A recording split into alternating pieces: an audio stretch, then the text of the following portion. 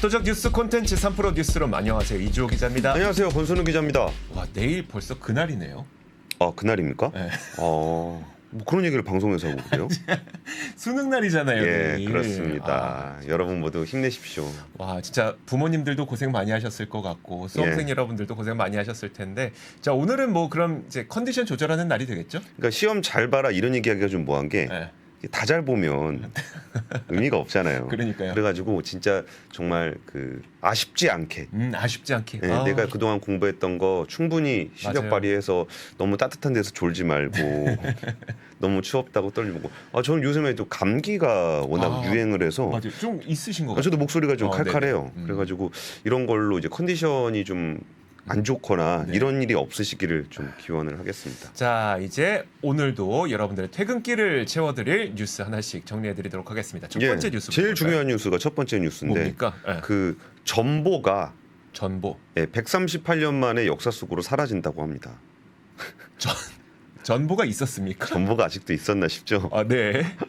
그래서 갖고 왔습니다. 자, 보시죠. 전보가 뭐냐? 하는 전보가 건데. 뭡니까? 네. 아니, 전보가 저런 거예요. 그 전화로 우체국에다 전화를 하면은 그 우체국에서 그 전화를 받아 적은 다음에 이거를 근처에 있는 우체국으로 이거 텔렉스로 전신을 보내는 거예요. 네. 그러면 이제 그 아날로그 문자, 네. 아날로그 문자. 그럼 편지, 진짜 편지, 네. 진짜 편지 글자를 가지고 그 우체국 사환이 갖다 주는 거예요. 네. 그런 방식의 그 예전에 전화 말고 문자 있었다.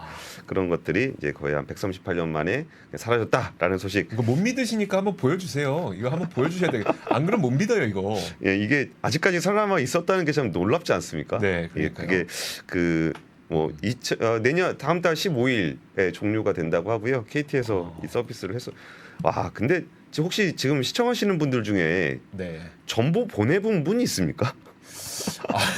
근데 예전에 편지는 되게 오래 걸리잖아요. 그렇죠. 도착하려면. 네, 근데 네. 전보는 바로 보낼 수 있기 때문에 그런 서비스였는데 뭐 별로 중요한 뉴스는 아니지만 그냥 되게 신기한 뉴스로 네. 준비를 했습니다. 와, 사실 진짜 첫 번째 뉴스는요. 네. 오늘 국토부에서 그 이번 정부 들어서 세 번째 신규 택지 개발 관련한 조성 계획이 발표가 됐어요. 그래서 경기도 오산, 용인, 구리 등 5개 지구에 8만 호의 신규 택지가 조성이 됩니다. 네. 그래서 같이 보시면은 그 수도권에 3곳, 비수도권에 2곳 이렇게 해서 8만 호가 조성이 되는데요. 그 수도권 신규 택지는 오산 3교, 그리고 용인 2동, 구리 토평 이렇게 해서 6만 5천 세대인데 네. 지금 이거를 제가 왜 이것만 보여드리냐면은 어떤 구성인가를 한번 보여드리려고 하는 거예요.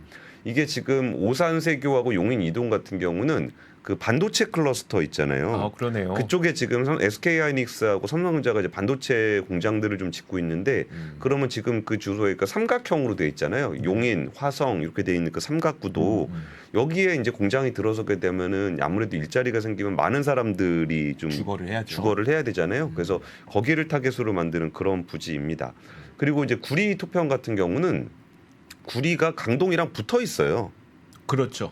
그 강 건너편에 바로 네. 있습니다. 그래서 거기에는 수도권 인구 분산 효과를 기대하면서 그쪽으로 좀 짓고 있다라는 거고, 그리고 이제 청주하고 이제 그런 데 쪽으로 뭐 제주도 이쪽으로 지금 부지를 설립을 하고 있습니다. 근데 여기서 좀 중요한 거는 주택을 그쪽에 졌을 때 그 교통망을 잘 만드는 거예요. 네. 거기가 이제 덩그러니 떨어져 있으면 안 되니까 이제 교통망이 무엇보다 중요한데 네. 사실 서울이 너무 비싸다 하지만 서울이 계속적으로 살고자 하는 이유가 아무래도 직주 근접성의 측면이 있잖아요. 그렇죠. 네. 그래서 조금 더 멀리 살더라도 인구를 좀 분산을 시키려면은 이거 부동산 거래의 분산은 두 가지가 있는데 네. 하나는 기간의 분산이 있고 공간의 분산이 있어요.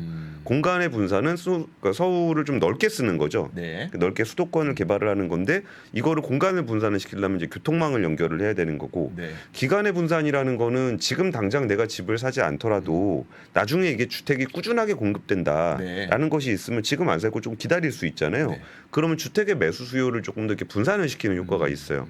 근데 지금 이게 세 번째 신규주택 조성에 대한 얘기가 나왔는데 이거 나오고서 전문가들이 하는 얘기는 알았다. 알고 있었단. 아니요. 알겠. 지어라. 네. 좀 계획만 내지 말고 좀 지어라라는 부분에 대한 얘기를 하고 있어요. 네. 지금 현재 3기 신도시 얘기를 좀 하고 있는데 2기 신도시도 아직 다 안 지었거든요. 아 그러네요. 네. 네, 그러니까 짓기로 했던 부분들이 좀 잘 지어져야 일종의 신뢰를 얻게 되는 거고 네. 이 공간이 분산이라는 측면에서 보면 GTX A, B, C, D 막 FG 막 그것도- 지는데 네. 그것도 계속적으로 지연이 되고 맞아요. 있잖아요. 네. 그러면은 공간의 분산을 한다고 해서 저기를 했을 때 저기가 교통망이 생길 거야라고 했다가 교통망이 정말 더디게 생기는 걸 보게 되면은 이거를 불신하게 되는 거예요. 안 들어가겠죠 그러면. 예, 그러면 안 들어가게 되는 거고 또 서울로 몰리게 되는 네, 거고. 네. 그러면 이게 기간의 분산도 이게 계획을 이렇게 쭉쭉쭉 이렇게 언제까지 공급을 하겠습니다라고 계획을 세워놨을 때 네. 그게 계속적으로 지연되는 모습을 보게 되면은 야 저거 말은 저렇게 해도 공급이 잘 안 될 거야라고 해서 이게 모이는 효과가 좀 있거든요. 네. 그래서 이제 신규 주택 조성에 대한 얘기가 나왔을 때 전문가들의 얘기를 보면은 여전히 그 신규 택지가 제대로 추진될 수 있게 하는 게 중요하다라는 얘기들을 강조를 좀 했습니다. 네, 알겠습니다. 자, 이어서 다음 뉴스 한번 보도록 하겠습니다. 다음 뉴스는 고용 통계입니다. 자, 고용 통계가 일단 표면적인 수치를 잠시 후에 말씀드리겠지만 고용 시장이 훨훨 날고 있습니다. 상당히 좋은 고용의 움직임을 보여주고 있는데 역대 최고치죠. 네, 맞습니다. 예. 굉장히 고용 시장이 좋아요. 그런데 뭐 저도 몇 가지 포인트를 봤지만 제가 본 포인트는 좀 이렇습니다. 고용은 좋긴 한데 그 함정이 있습니다. 60세 이상 여성이 일하는 나라라는 고용을 좀 보여준 게 아닌가 싶어서 60세 이상 여성. 네, 한번 그 내용을 저와 함께 살펴보시죠. 예. 일단 그 전체적인 숫자 먼저 말씀드려야 되겠죠. 이거 잠시 후에 볼게요. 이거 잠시 후에 보고 전체 숫자를 보면 고용률이 63.3%로 역대 최고를 기록했고요. 실업률도 2.1%로 역대 최저입니다. 고용률은 실업률 최저, 고용가 고용된 사람은 최고. 그렇죠. 실업자, 그러니까 자는 일자리를 최저. 못 구한 사람이 최저. 최저. 야, 태평성대네요. 예. 그러니까요. 고용률은 21개월 연속 월 기준 최고치를 경신하고 있기 때문에 견조한 고용 흐름이 지속되고 있다는 거고 취업자 수를 보여드리면 34만 6천 명이 지난 10월에 증가를 했습니다. 그래서 취업자 수도 32개월 연속 증가하고 있는 거고 3개월 연속 증가 폭도 커지고 있는 겁니다. 질적인 측면에서도 상용직 비중이 56.5%로 10월 기준 역대 최고치를 기록하고 있기 때문에 상용직은 상대적으로 안정적인 직장이잖아요. 그쵸. 그래서 직장의 일자리의 그 형태도 상당히 안정적이다라는 걸 보여주고 있습니다. 자, 그런데 제가 첫 번째로 봤던 포인트, 그 포인트를 한번 볼게요. 화면 한번 보여주시면 경제활동 인구 가운데 여성 중심의 취업자가 많이 늘어나고 있거든요. 아, 이게 증감이죠. 네, 이거 증감입니다. 아우, 근데 저는 제일 먼저 눈에 띄는 게 두 번째 줄. 청년층, 청년층은 8만 2천 명 지난 10월에 감소한 겁니다. 예. 40대도 한 6만 9천 명 감소했는데 일단 30대가 11만 명 증가했고 50대가 5만 명 증가했고 60대 이상이 33만 6천 명이 증가한 겁니다. 와. 압도적으로 60세 이상의 그 취업자 증가가 많다는 걸 보여주고 그리고 그 성별로 한번 분리를 해봤어요. 예. 그랬더니 제가 앞서서 34만 6천 명 늘어났다 그랬잖아요. 예. 그 가운데 여성이 31만 8천 명입니다. 33만 명 중에 31만 명이 여자라고요? 네. 그럼- 2만 8천 명이 남자고요. 아. 그래서 제가 60세 이상 여성분들이 일을 하는 나라구나라는 얘기를 그래서 해드린 겁니다. 청년들은 어떻게 됐습니까? 청년들 한번 보여드리도록 하죠.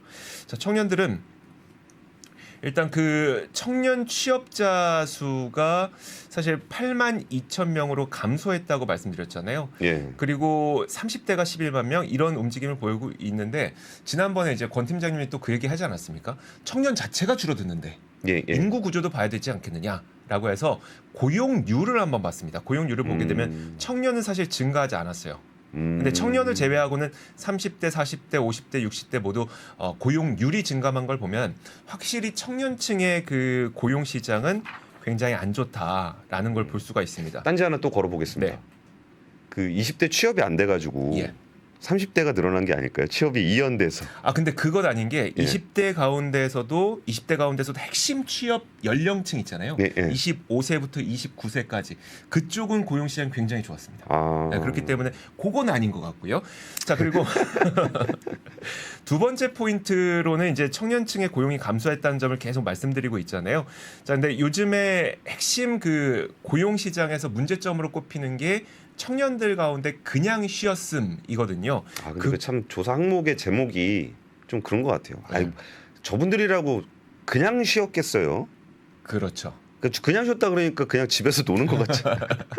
그런 건 아니죠. 예, 잠시 후에 또 말씀드리겠지만 사실 그 청년층의 그냥 쉬었음이 지난 10월에 7천 명 감소했습니다. 그래서 나쁜 건 아닌데 여전히 좀 높은 수준이라는 게 문제인 거고요. 그래서 기재부에서 얘기하기로는 올해 1월부터 10월까지 청년층의 월 평균 그냥 쉬었음 인구가 41만 명이라고 합니다. 아이고. 그러니까 이분들이 사실 취업 시장에 들어와야 되는데 이번에 되게 특이했던 게 그 정부에서 그냥 쉬었음 청년들을 대상으로 실태 조사를 한 결과를 내놨거든요. 네, 근데 네. 쉬었다는 청년 가운데 57%가 이직 적극형이었는데 이게 뭐냐면 이직, 그러니까 직장 경험이 있고 적극형, 구직 의욕이 높은 인구 이분들이 57%였기 때문에 이런 분들은 조금만 도와주면 취업 시장에 좀 뛰어들 수 있다는 판단인 거잖아요.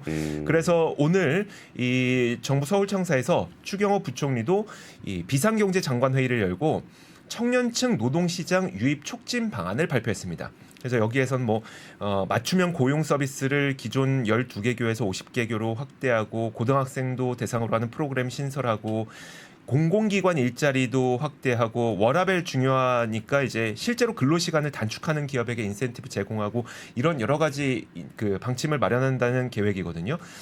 여기에 거의 한 1조 원 가까운 예산을 투입할 계획이라고 하니까 막대한 예산을 집행하기로 한 만큼 좀 효과적인 대책이 나오는지 지켜봐야 될 것 같습니다. 네, 근데 사실 일자리 대책이 이렇게 돈 늘리는 걸로 좋은 일자리 만들기는 좀 쉽지 않으니까 그런 부분들도 좀 비님이 아까 써주셨는데 엄마한테 잘해야 되겠다. 아이들은 노는데 엄마가 일하는 그런 고용 구조를 보여줬습니다. 알겠습니다. 그 세 번째 뉴스는 제가 준비했는데 네. 일본 경제 성장률 3분기 경제 성장률 나왔습니다. 그 마이너스 성장 나왔어요. 그 일본 내각부가 3분기 실질 국내 총생산 성장률을 발표했는데 전기 대비해서 마이너스 0.5%를 기록을 했습니다. 네. 일본이 올해는 경제 성장률이 괜찮았어요. 같이 한번 보시면은 1분기에 0.9%, 2분기에 1.1% 그래서 한국보다 더 잘 나왔었죠. 네. 근데 이게 마이너스 0.5%로 마이너스 성장을 하게 됐습니다. 근데 여기에 왜 이렇게 마이너스 성장이 나왔는지에 대한 그 분석 내용들을 보면은 개인 소비 위축과 기업의 설비 투자 부진이 꼽히고 있어요. 네. 근데 그 일본이 내수 시장이 굉장히 큰 나라입니다. 그러다 보니까 그 소비 지출이 전체 GDP의 한 절반 정도는 차지를 하는데 여기서 0.1%가 줄었습니다. 근데 이 개인 소비가 줄어든 거에 가장 큰 영향을 미친 게 바로 물가입니다. 아, 물가가 오르니까 사람들이 지갑을 닫아버렸다는 얘기예요. 그렇죠. 아. 그러니까 일반적으로 인플레이션은 경제 성장률을 높이는 경향이 있다라고 얘기를 하는데 네. 그거는 이론적으로 이제 물가가 오를 거를 생각하게 되면은 이제 구매를 급하게 앞당기게 먼저 사죠. 먼저 사게 되는 네, 거잖아요. 네. 그러면 이게 그 돈의 어떤 순환이 좀 더 빨라지면서 경제가 좀 더 성장한다라는 건데 그게 경제가 성장할 거다라는 기대가 없으면 물가가 올랐을 때 소비를 줄여버립니다. 네. 그게 이제 이른바 스태그플레이션의 모양새인데 일본 경제가 1분기, 2분기 굉장히 잘 나가다가 이게 물가가 올라가니까 사람들이 소비를 줄여버린 거예요. 네. 그러면서 여기서 그 마이너스 성장이 좀 됐었고요. 설비 투자 같은 경우에 줄어들게 된 거는 반도체 장비 관련한 투자 부진으로 해석이 됐어요. 네. 이게 뭐냐면은 그 중국으로 가는 반도체 장비 네.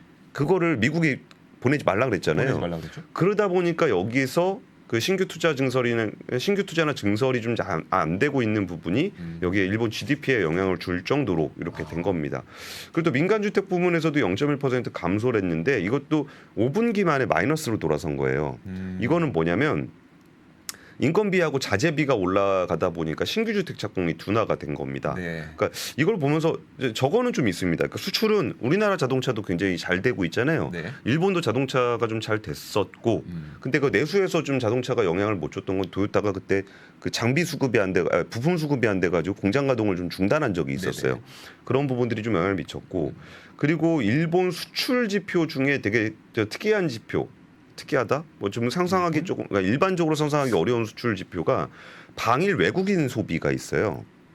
아 그런 게 있어요? 그러니까 일본으로, 잠깐만, 방일 외국인 소비. 그러니까 네. 일본으로 간 외국인, 네. 그 사람들이 소비를 하면 그걸 수출로 잡아요. 그걸 수출로 잡혀요. 원래 그렇게 잡혀요. 아 그래요? 예, 근데 좀 일본으로 워낙 많은 사람들이 놀러 갔기 때문에 이게 수출 지표를 조금 더 올려주는 효과가 좀 있었습니다. 네. 근데 이걸 보면서 뭐 어떤 걸 느낄 수 있냐면은 그 나라가 성장할 거다라는 기대와 탄력성이 되게 중요하다는 거예요. 똑같이 인플레이션이 나오더라도 네. 이게 일본처럼 장기적 금리, 장기적 성장을 했던 나라들은 이렇게 미래가 더 잘 살 거라는 희망이 없으니까 조금만 올라도 이게 다 위축돼 버리거든요. 네. 근데 우리나라 같은 경우는 이제 성장이 계속적으로 잘 해왔기 때문에 그 동안은 네. 거기에서 또 어떤 성장 탄력성이 굉장히 좋았는데, 그러니까 경기 좋으면 확 좋고 안 좋으면 조금 내려왔다가 다시 좋아지면 이렇게 올라가는 건데, 일본 같은 경우는 지금 저금리에 뭐 저환율에 굉장히 좋은 환경임에도 불구하고 네. 물가가 조금 올라가니까 이게 경기가 확 위축돼 버리는 거예요. 아. 그래서 이렇게 우리가 경제의 온기를 잃어버리면 네. 회복하는 건 정말 힘들다라는 측면에서 일본을 좀 볼만한 것 같고요. 네. 그리고 이번에 지금 경제 성장률 나오고 나니까 다들 하는 얘기가 일본 중앙은행이나 뭐 IMF 같은 경우가 이제 성장률 전망을 한 2% 맞는데 네. 그냥 1.9 정도 1% 후반대로 본다라고 하고 나니까 야 이거 일본 통화 정책에서 금리 올리기 쉽지 않겠다. 그렇겠네요. 네, 정상화를 시킨다라고 하고 지금 엔저가 지금 역대급 엔저가잖아요. 네. 그럼 통화 정책에서 좀 움직여야 될 텐데 GDP만 보면은 여기서 그 엔화가 약한 거를 설명을 좀 해준다라고 이제 블룸버그 통신에서 좀 얘기를 하고 있어요. 알겠습니다. 자, 그렇군요. 진짜 한 끗 차이네요. 그러니까 성장에 대한 기대감을 국민들이 갖고 있느냐 없느냐에 따라서 물가가 올랐을 때의 소비가 앞당겨지는지 아니면 지갑을 닫아버리는지는 그렇죠. 정말 한 끗 차이네요. 그러니까 인플레이션이 성장으로 가는 거와 네. 인플레이션이 스태그플레이션으로 가는 그 길목에서의 차이는 이게 심리가 굉장히 큰 영향을 미친다는 거죠.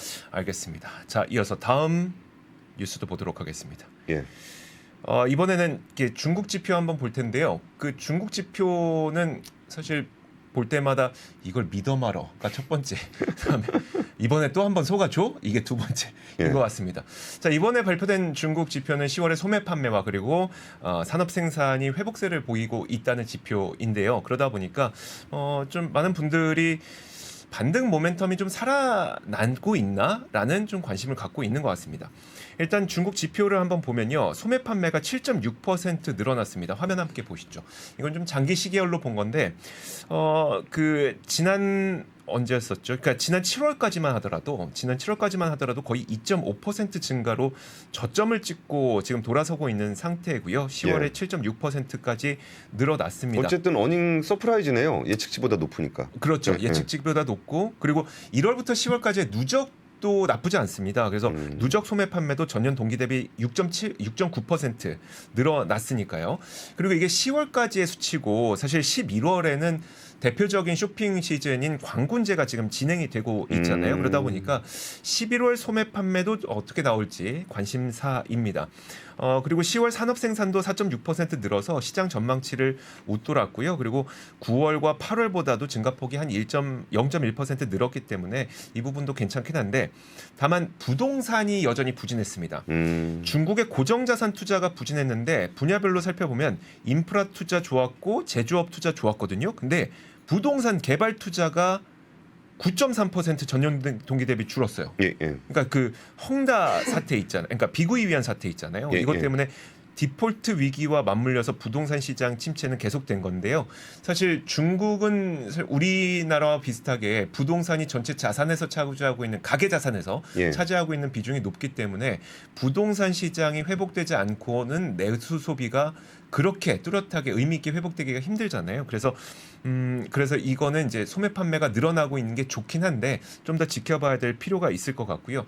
이번에 또 눈에 띄었던 거는 중국 통계의 신뢰도를 떨어뜨리는 청년 실업률 비공개는 사실 이번에도 유지가 됐습니다. 그래서 지난 6월에 21.3%로 사상 최고치를 기록한 이후에 지금까지 공개를 안 하고 있거든요. 그래서 뭐 그런 상태이긴 한데 그럼에도 불구하고 소매 판매와 산업 생산이 그래도 생각보다 좋아지고 있다는 것 때문에 경기의 반등이 이어지게 될지는 많은 분들이 좀 관심을 갖고 있습니다. 예, 근데 사실 그 중국이 좀 개선 지금 자막이 다른 자막이 나가고 있는 거죠. 네. 그러니까 중국의 그렇죠. 경기가 조금 돌아섰다라는 거를 우리가 좀 느낄 수 있는 지표가 있잖아요. 뭘까요? 우리 좋은 지표. 우리 좋은 지표? 우리 수출 지표. 우리 수출 지표 그쵸? 네, 네. 우리 수출 지표가 개선되는 거 보면은 네. 그 중국의 저 통계가 뭐 정밀하게는 모르겠지만 네. 방향성에서 틀리진 않았지 않았나. 그러니까요. 두 자릿수에서 지금 한 자릿수까지 넘어가지 않았습니까? 아, 수출 지표 전체로는 네. 이제 플러스가 됐고 중국 관련해서는 조금 네. 부진하긴 한데 그래도 이제 이전에 비해서 많이 회복됐으니까 사실 뭐 이렇게 중국에 대한 감정들은 뭐 퓨 리서치나 이런 데 보더라도 전반적으로 안 좋잖아요. 네. 근데 그럼에도 불구하고 좀 거기에서도 경제가 잘 돌아가야 우리도 좀 도와줄 수 있는 게 어떤 네. 경제적인 맥이 아닌가 싶습니다. 물론 우리나라하고 이제 거기에 이제 거래가 끊긴 곳들이 워낙 많아가지고 그런 것들은 뭐 중국에 자동차 많이 팔린다고 현대차 팔리겠어요? 그건 아니죠. 그건 아닌데 그래도 이제 중국 경기하고 아직까지 밀접한 그 관련이 있는 산업들 같은 경우는 중국 경기 회복세가 좀 반가울 것 같아요. 알겠습니다. 자 그리고 다음 뉴스 한번 볼까요? 이거 예.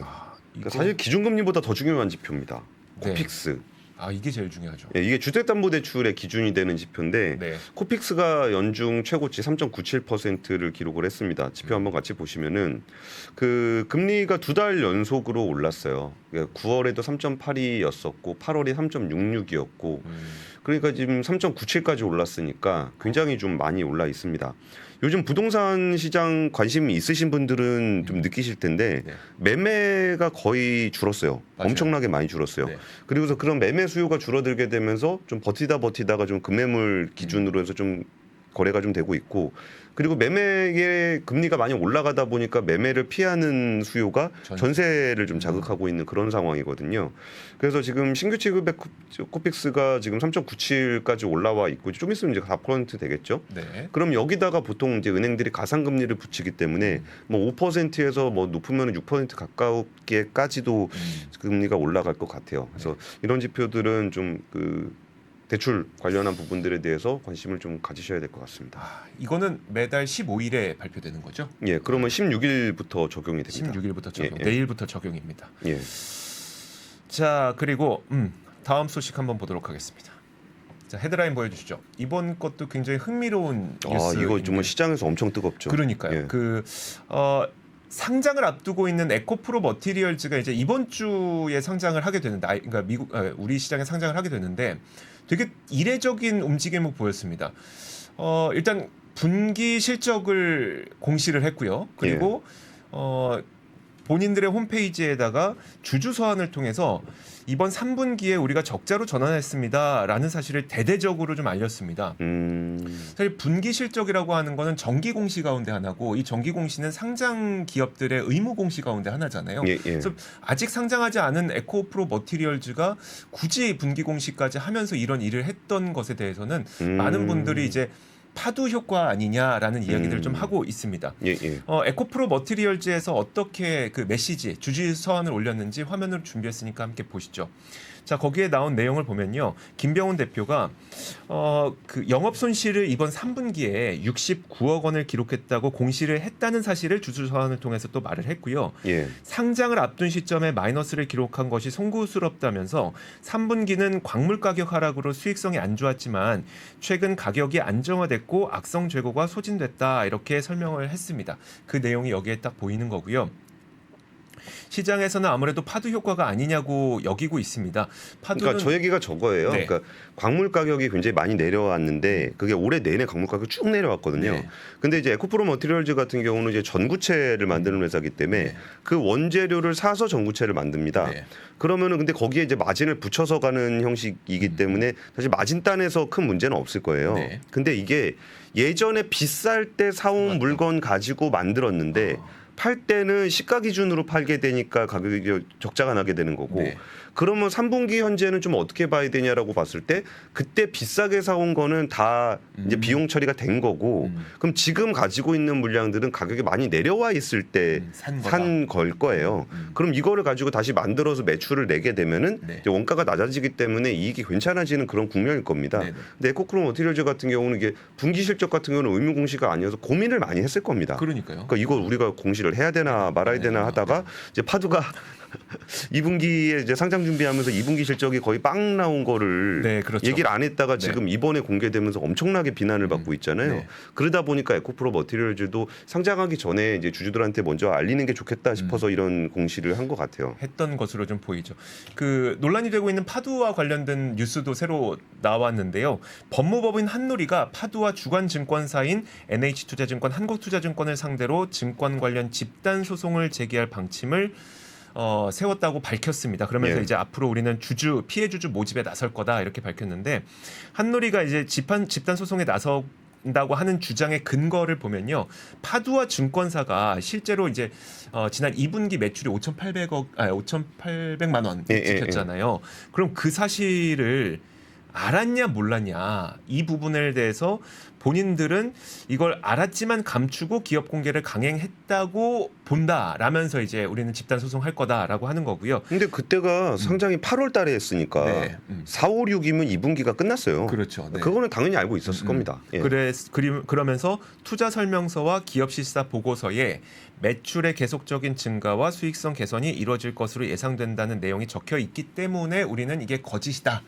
거짓으로 기재한 거다라고 판단을 하기 때문에 우리는 집단 소송에 들어갈 거다 이렇게 얘기를 하고 있습니다. 금융당국도 들여다보기로 했는데요. 금융감독원이 지난 6월 말에 파두가 IPO를 위해서 투자 설명서를 제출할 때 이 사실을 알고 있었는지 여부를 확인할 계획이고요. 금감원은 만약에 파두의 도덕적 해이가 사실로 밝혀지면 상장 주관사의 책임도 묻겠다는 입장입니다. 그래서 그러니까 좀 파장이 커지고 있어서 이 부분들 좀 잘 봐야 될 것 같습니다. 그러니까 사실 에코프로 머티리얼즈도 이게 이때 광물 가격이 이렇게 될 거라고 생각하고 상장을 준비하진 않았을 거 아니에요. 그렇죠, 네. 그러다 보니까 좀 얘기를 한 것 같은데 여기서 그 지금 댓글창에 좀 윤재상님이 했던 얘기 중에 청약 넣기 전에 좀 알려줬어야 되는 거 아니냐라는 네. 부분들이 있어서 이 부분도 참 그쵸. 청약 넣었을 때가 더 중요한 타이밍이긴 한데 그렇죠. 사실 근데 생각해 보면은 아닙니다. 왜요? 궁금하게. 아니 그 에코프로 머티리얼즈가 이번에 3분기 좀 적자 났다고 해서 네. 여기가 뭐 사업을 안 하거나 그러진 않죠. 아니면 판매처가 되게 부실하거나 그렇진 않잖아요. 네. 그러면은 이게 4분기라든지 5분기 그 다음 내년까지 가면은 분명히 저는 괜찮은 실적을 낼 거라고 보거든요. 네. 근데 이게 아무래도 공모주 투자 같은 경우는 좀 단기에 매매하시는 분들이 좀 많잖아요. 네. 그러다 보니까 이게 조금 더 이렇게 좀 논란이 될 여지가 좀 있지 않을까라고 좀 생각이 드네요. 네. 자, 다음 뉴스 좀 예. 더 볼까요? 예, 다음에 기아가 레벨 3 자율주행 옵션을 EV9에서 뺀다라는 뉴스입니다. 네. 근데 이 뉴스는 제가 약간 취재하면서 들은 얘기라 이게 단정적으로 말씀드릴 수는 없겠지만 네. 그게 어느 정도 신빙성은 꽤 높을 거예요.